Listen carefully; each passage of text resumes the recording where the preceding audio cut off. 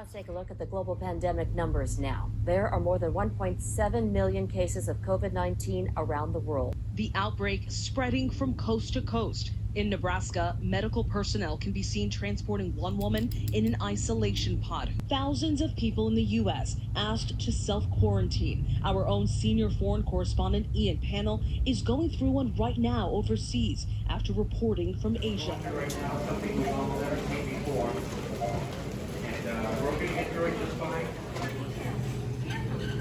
Conveniently delivered.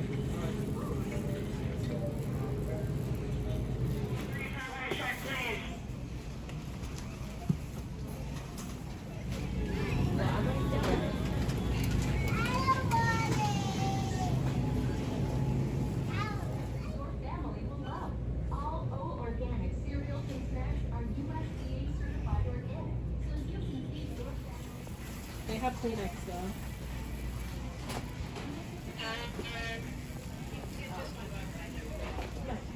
I don't think we need these. It's like $11.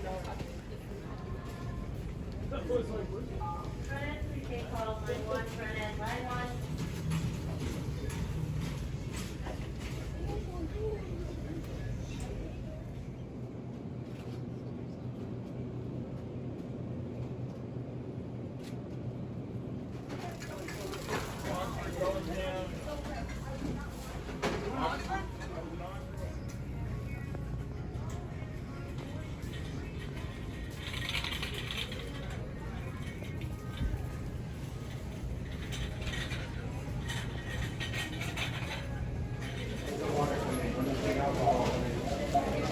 We don't know. When it gets here, we'll get on the show. Can't give you a better answer than that. We're going to do our very best to get you. Thank you for shopping with us.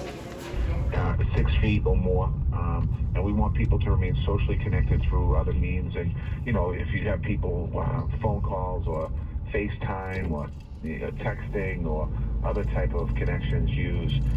Now, Walsh emphasized that if a shelter in place happens, the decision will not be made lightly.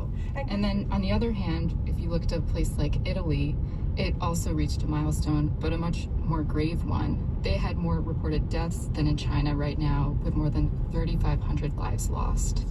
The Defense Production Act basically allows the president to take charge of essentially a private company's business plan.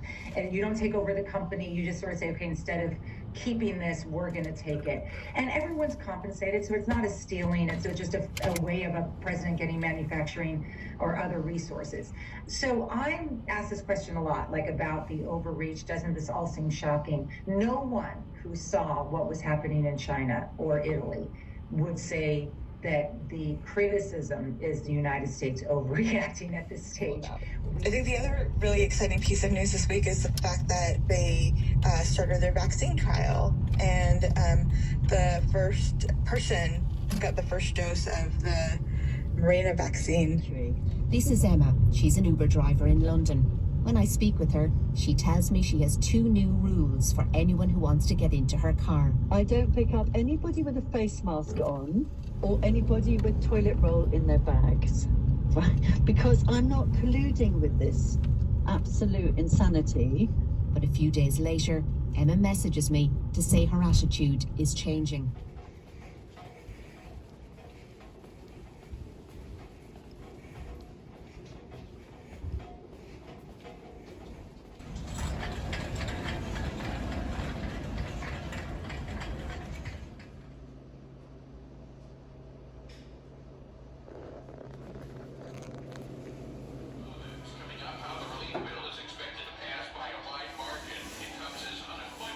Skyrocket.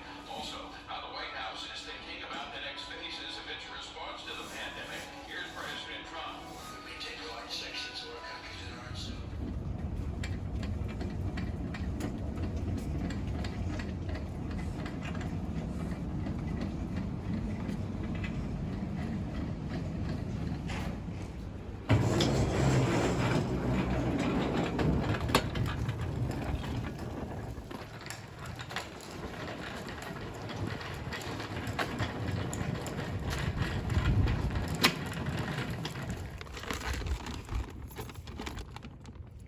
Good afternoon, Patrick. Yeah, after 42 days under a stay-at-home order, that restriction is about to lift for Rhode Islanders, a big milestone in the state's fight. Rhode Island Department of Health has released the latest numbers, and the numbers are headed in the right direction. The number of new cases and patients in the hospital both down from Thursday. The question for employees is how much power they're willing to allow these companies to have over them when they're not in the office. Both employees and employers still adjusting to what may be the new normal. Liz McLaughlin.